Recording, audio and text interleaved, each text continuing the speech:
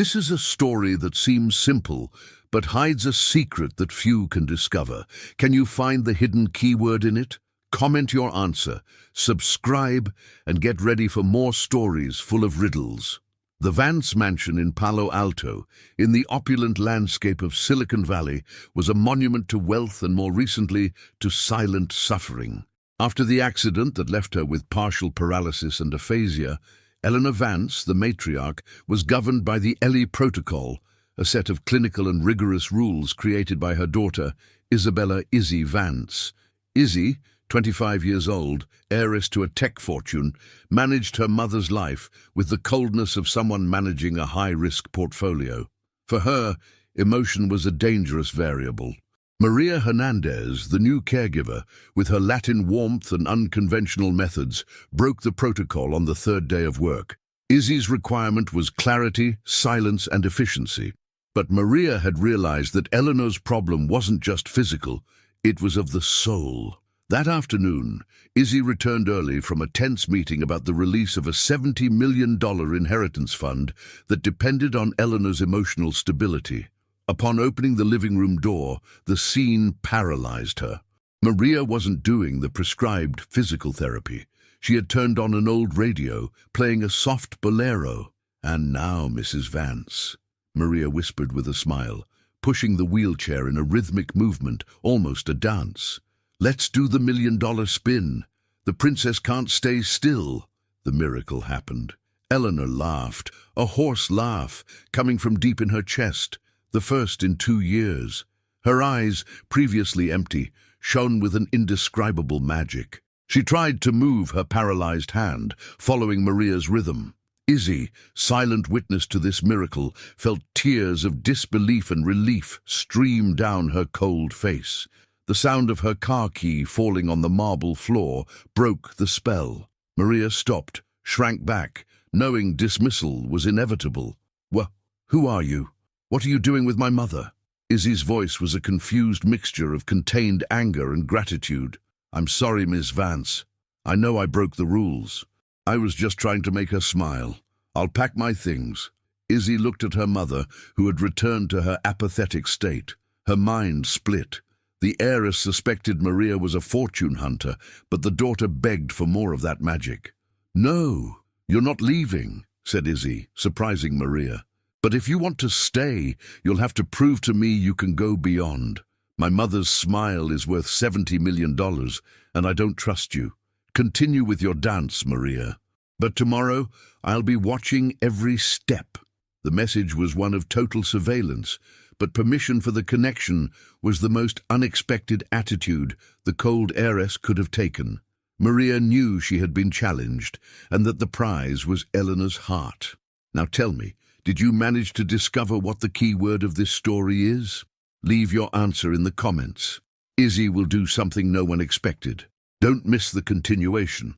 Maria continued with her playful methods under Izzy's rigorous surveillance. The heiress installed a security camera in the office and spent hours analyzing the caregiver's performance, trying to decipher whether Maria was sincere or an actress. Maria, however, acted naturally, transforming cleaning into games and telling stories to Eleanor. She used communication as her main tool. "Mrs. Vance, the secret isn't having money, it's having life to spend it." Izzy watched everything with a dull pain. She remembered the last summer, before the accident, when her mother was pure joy. The weight of guilt crushed her. She couldn't connect with her mother without thinking about protocols. Eleanor's progress was undeniable. She began eating small portions of snacks that Maria cut into fun shapes. She showed enthusiasm with small sounds and gestures. Izzy was mesmerized, but her investor mind didn't stop. Maria was too good. The $70 million inheritance was a powerful motivation for anyone. Therefore, Izzy had already contacted her lawyer to investigate Maria's financial life, wanting to be sure if her goodwill was genuine or a calculated move. The heiress needed trust, but only found reason. One afternoon during a music session, emotion reached its climax. Eleanor tried to move her lips, and a weak, hoarse whisper escaped. Ma. Maria was moved, But Izzy, watching on the monitor, saw beyond the affection. Eleanor had tried to say Maria's name, confirming a deep bond. This bond, for Izzy, represented a financial risk. When Maria left, she noticed that the shadow from the first part was real. Looking at the second-floor window, she saw a quick movement, as if someone had hidden. Maria felt a chill. The Vance house wasn't just rich, it was dangerous. Someone else was interested in Eleanor's progress, or in her regression. Maria realized that her trust in Izzy was hanging by a thread, and the only thing keeping her there was the trust Eleanor placed in her, a trust she couldn't betray. The next morning, Maria expected a scolding. Izzy entered the living room, but not with the face of a manager. She was rigid, but inside she was broken. "Maria, you made my mother laugh," said Izzy, her voice low. "I want you to teach me. I want you to teach me to dance with her." The attitude was beautiful and completely unexpected. Izzy confessed her vulnerability. "I don't know how to touch her without fear of hurting her. I treat her like a project. I want what you have." Maria saw that Izzy's distrust was just fear. She accepted, teaching Izzy to connect, not just to dance. Izzy traded heels for sneakers and tried to push her mother's chair. It was comical, but Eleanor's silent smile at seeing her daughter out of control was the reward. However, the cure was interrupted. A week after the dance, Izzy brought a new figure to the house, claiming Eleanor needed the highest level of clinical care. "Maria, this is Vivian. She's the only nurse I trust. She's my aunt, my mother's twin sister," said Izzy, emotional at seeing someone with her mother's symmetry at her peak. When Vivian entered, Maria felt a chill. Vivian was identical to Eleanor, but her smile was a piece of ice. The impact on Eleanor was devastating. The mother gave a strangled scream of terror and began trembling violently, fixing her eyes on Vivian. All of Maria's progress disappeared in seconds. Eleanor regressed to a state of deep trauma. Vivian marked territory with forced sweetness. "Family understands family better than anyone, right, Izzy? I'm the priority. I'm family." "Aye." Maria tried to argue with Izzy that her mother was regressing, but Izzy was blinded by the emotion of her aunt's presence. The only thing Maria noticed was that Eleanor's dread was real. She wasn't afraid of Vivian's appearance, but of who she was. The symmetry between the twins was in fact the source of the trauma. Eleanor's fear was palpable. Vivian, the family, began working on Izzy's moral conflict, planting lies. She found a napkin she herself had written and showed it to Izzy. "Look what I found in Maria's trash. Eleanor needs someone who truly loves her. I can be that person for her. Izzy, this woman is obsessed with replacing Mommy." The lies were convincing, and Izzy, already shaken, ordered, "You'll only do the cleaning. You can no longer be alone with my mother." Maria, however, was attentive. She heard Vivian in the room speaking softly. "If you tell Izzy the secret, the money won't come. You remember what happens when I get angry in the car?" Maria ran to Eleanor. The mother, unable to speak, gestured with her hands. She couldn't speak. Then she scribbled on the notepad. The drawing was terrible. 2 identical female figures inside a car, both with identical hair. One was holding the steering wheel. The other, with a more aggressive stroke, seemed to pull it forcefully. Maria felt the weight of the truth. Eleanor had seen something on the day of the accident involving 2 identical women in the car. Izzy confronted Maria with the fake napkin. "Did you write that you want to be the mother of my child?" Maria denied it, but the heiress didn't believe her. Maria saw that her only chance was the drawing. She tried to show the scribble to Izzy, but the rich daughter refused to look, claiming it was invented trauma. Maria saw that the drawing was a mirror of pain, but Izzy couldn't see the truth. Maria was pushed away, but now, armed with the mirror riddle, she knew she couldn't give up. Maria used her time as a housekeeper to investigate Vivian. She found bank papers in the suite, confirming that Vivian's return was linked to the $70 million. Maria found the bottle of strong sedatives with Vivian's name, prescribed by a San Francisco doctor, dated 3 months ago. Vivian wasn't in Europe. She was living right here nearby. Vivian intensified the blackmail. She approached Maria in the kitchen, the fake smile disappearing. "You have a beautiful family, don't you, Maria? It would be a shame if something happened to them because of your curiosity. I am the inheritance." Vivian had investigated Maria's family, knowing her mother's name, where they lived, and her brother's workplace. The message was clear. If Maria continued investigating, her family would pay. Maria called her mother, giving vague instructions about not opening the door to strangers, but she couldn't back down. Izzy's mother was being emotionally manipulated. Maria found her final weapon, a laundry receipt dated 4 months ago, in Vivian's name, irrefutable proof of her falsehood. Maria took a photo of the receipt on her phone. She had proof that Vivian lied about Europe and was in the city. The risk was high, but Maria knew Vivian's falsehood needed to be exposed, even if it cost the safety of her own family. Maria knew that Izzy, the queen of protocols, needed financial evidence. She pretended to check the electricity bill in the attic and found an old folder in Vivian's name. Inside, a revoked power of attorney from Eleanor and a rent bill. Vivian was living in an apartment in Oakland.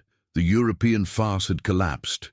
Maria ran to Eleanor, who with effort drew the accident and a scribble of a security camera inside the car.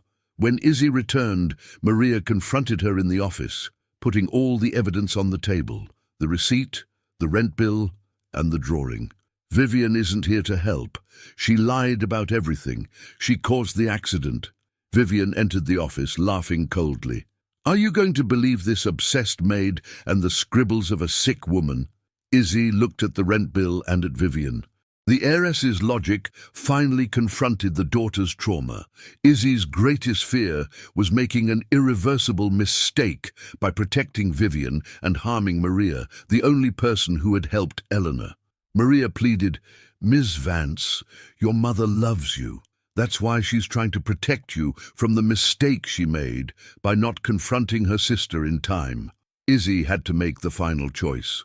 She realized that the turning point in the story wasn't Maria, but her own mistake in blindly trusting blood. Izzy finally believed Maria. Vivian, seeing the game was lost, grabbed a syringe of sedative. "I'm going to sedate Ellie, take her to the clinic I have in San Diego, and the money will be in my hands." Vivian advanced toward the living room. Maria tried to block her, but Vivian pushed her. Izzy, standing up, tried to help. Eleanor, watching everything, activated an inner strength that medicine couldn't explain. Her lips trembled, and the first clear word, loud and determined in 2 years of silence, echoed through the mansion, a true anthem of resistance. "Stop!" Vivian froze.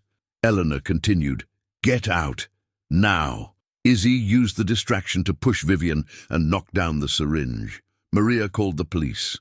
In minutes, Vivian was handcuffed, crying and screaming about jealousy and inheritance. Izzy hugged her mother. "Mum, you spoke. You saved us." Izzy turned to Maria. "Maria, I misjudged you. Your dance was real. You saved my mother and me." The most beautiful and unexpected attitude from Izzy was total acceptance and gratitude. 1 year later, Vivian was convicted. Eleanor spoke clearly. Izzy abandoned the Vance protocol. Maria was no longer the caregiver. She was Izzy's partner in a foundation that promoted playful therapies for trauma patients. On a sunny afternoon, Izzy took her mother and Maria to the living room. She played the same music. The dance, once a court moment, was now the anthem of a new life. The rich daughter had found the cure in the courage to love. The family rebuilt itself, not by blood, but by heart. Did you manage to discover the key word? Leave your answer in the comments. Love and truth triumphed over jealousy and fear. The heiress learned that the greatest wealth is human connection. If you enjoyed this story of twists and courage, subscribe to the channel for more stories with riddles and emotions. 3 months after Vivian's conviction, life at the Vance mansion had settled into a peaceful routine. Eleanor's recovery continued to astound her doctors. She was walking with a cane now, her speech nearly fully restored. Maria and Izzy had become inseparable partners, spending long hours designing programs for their new foundation. The Eleanor Initiative. But on a grey Tuesday morning, everything changed. Maria arrived at the mansion to find Izzy in the study, her face pale, staring at a manila envelope on the desk. Eleanor sat nearby in her favourite chair, trembling. "What's wrong?" Maria asked, rushing in. Izzy handed her a letter without a word. Maria read, "Dear Isabella, you thought Vivian was your only problem. You were wrong. The accident wasn't just about jealousy or money. Your mother knows what really happened that day, and so do I. If you want the truth about why Eleanor can't sleep at night, meet me at the old Stanford parking garage, level 3, tomorrow at midnight. Come alone, or Eleanor's secret dies with me. A friend." Maria felt her blood run cold. She looked at Eleanor, whose eyes were wide with recognition and fear. "Mom, do you know who sent this?" Izzy asked, her voice cracking. Eleanor's hands shook as she reached for a notepad.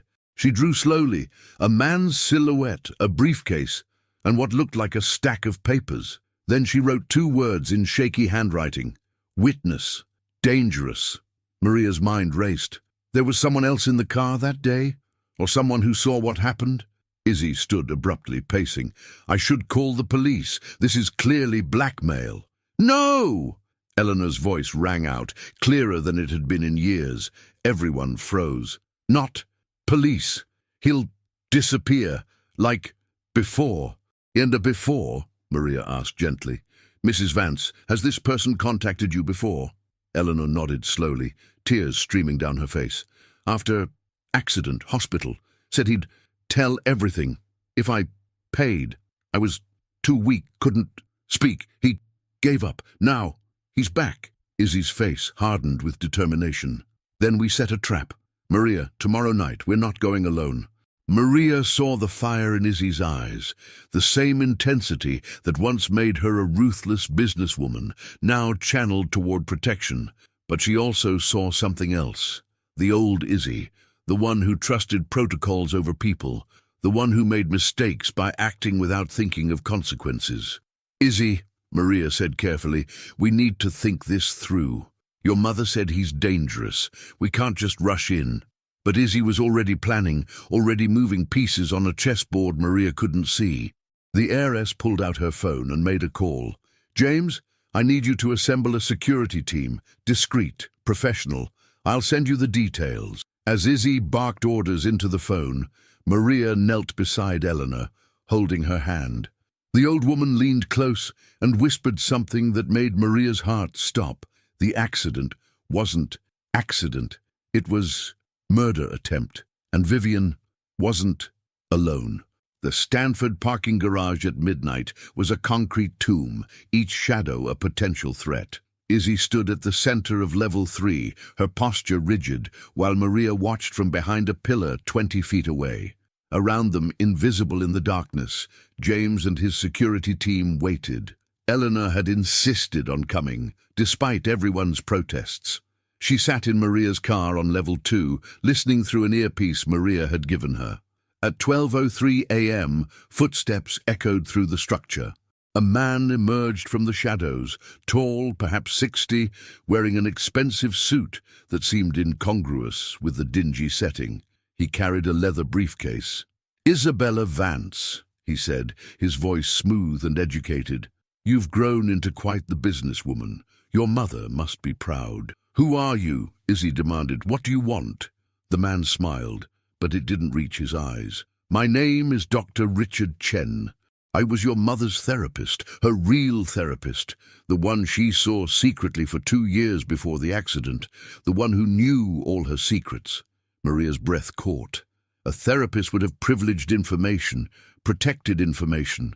But if he was here, blackmailing them, that's illegal, Izzy said coldly.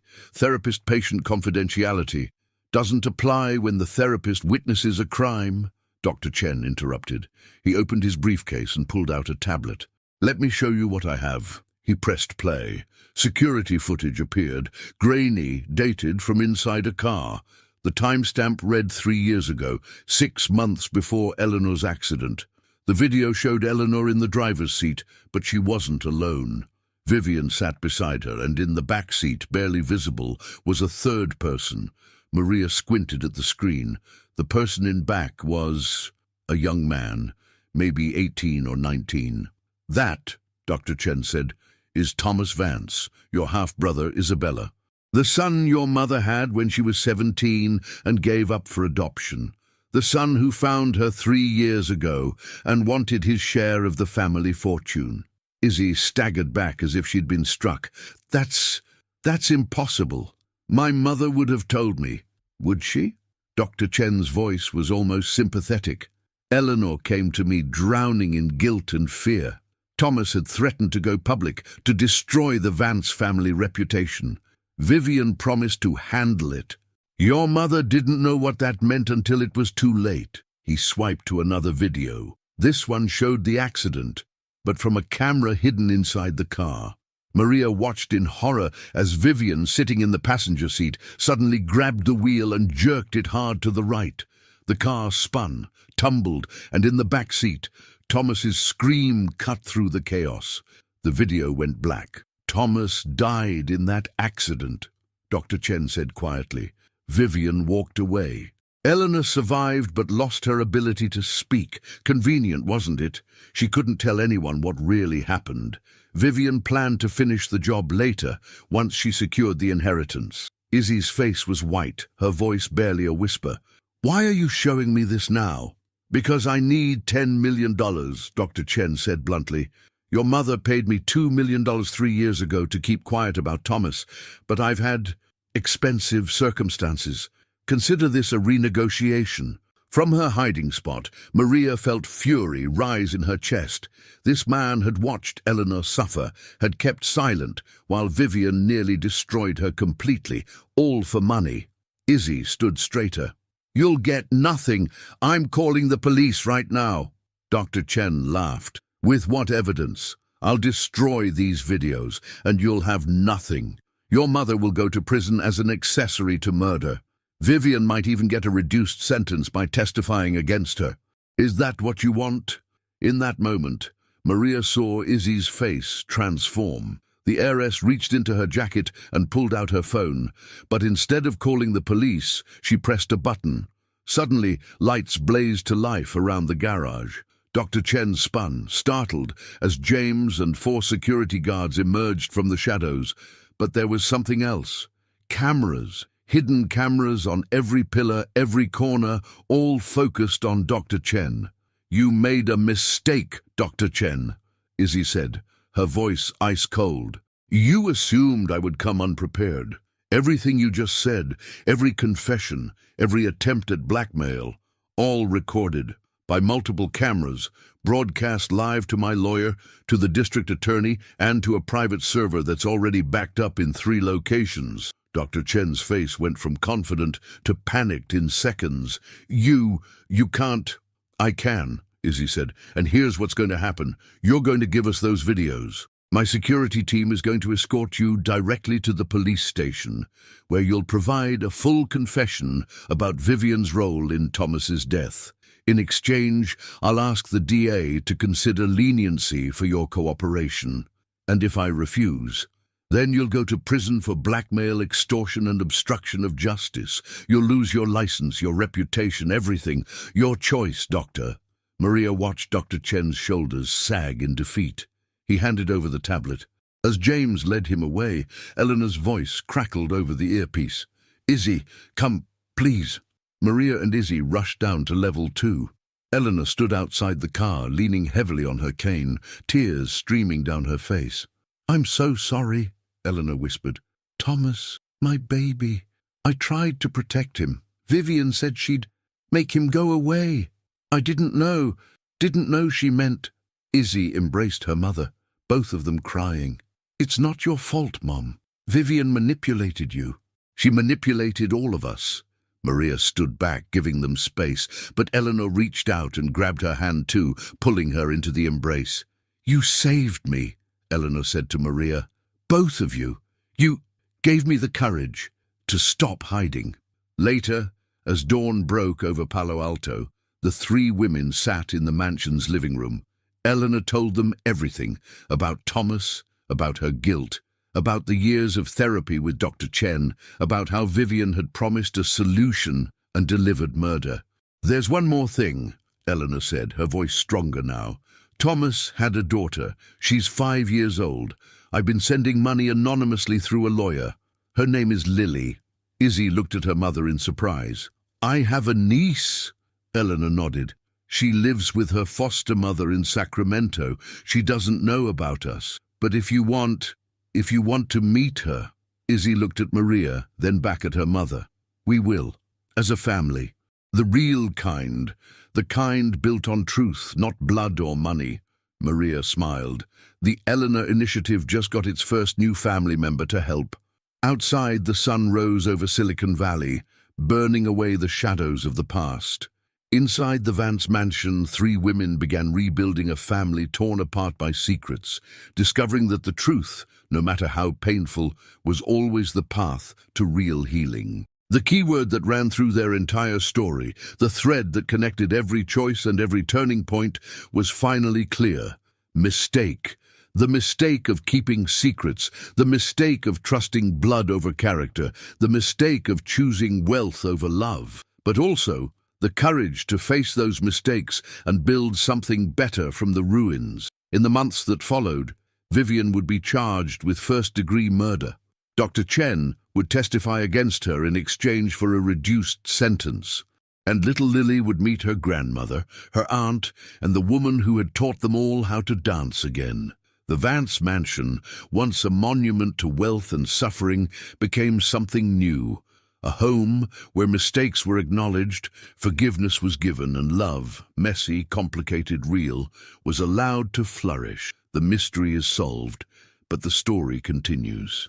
What do you think the key word was? Share your thoughts in the comments. Sometimes the greatest revelations come not from what we discover about others, but from what we finally admit about ourselves.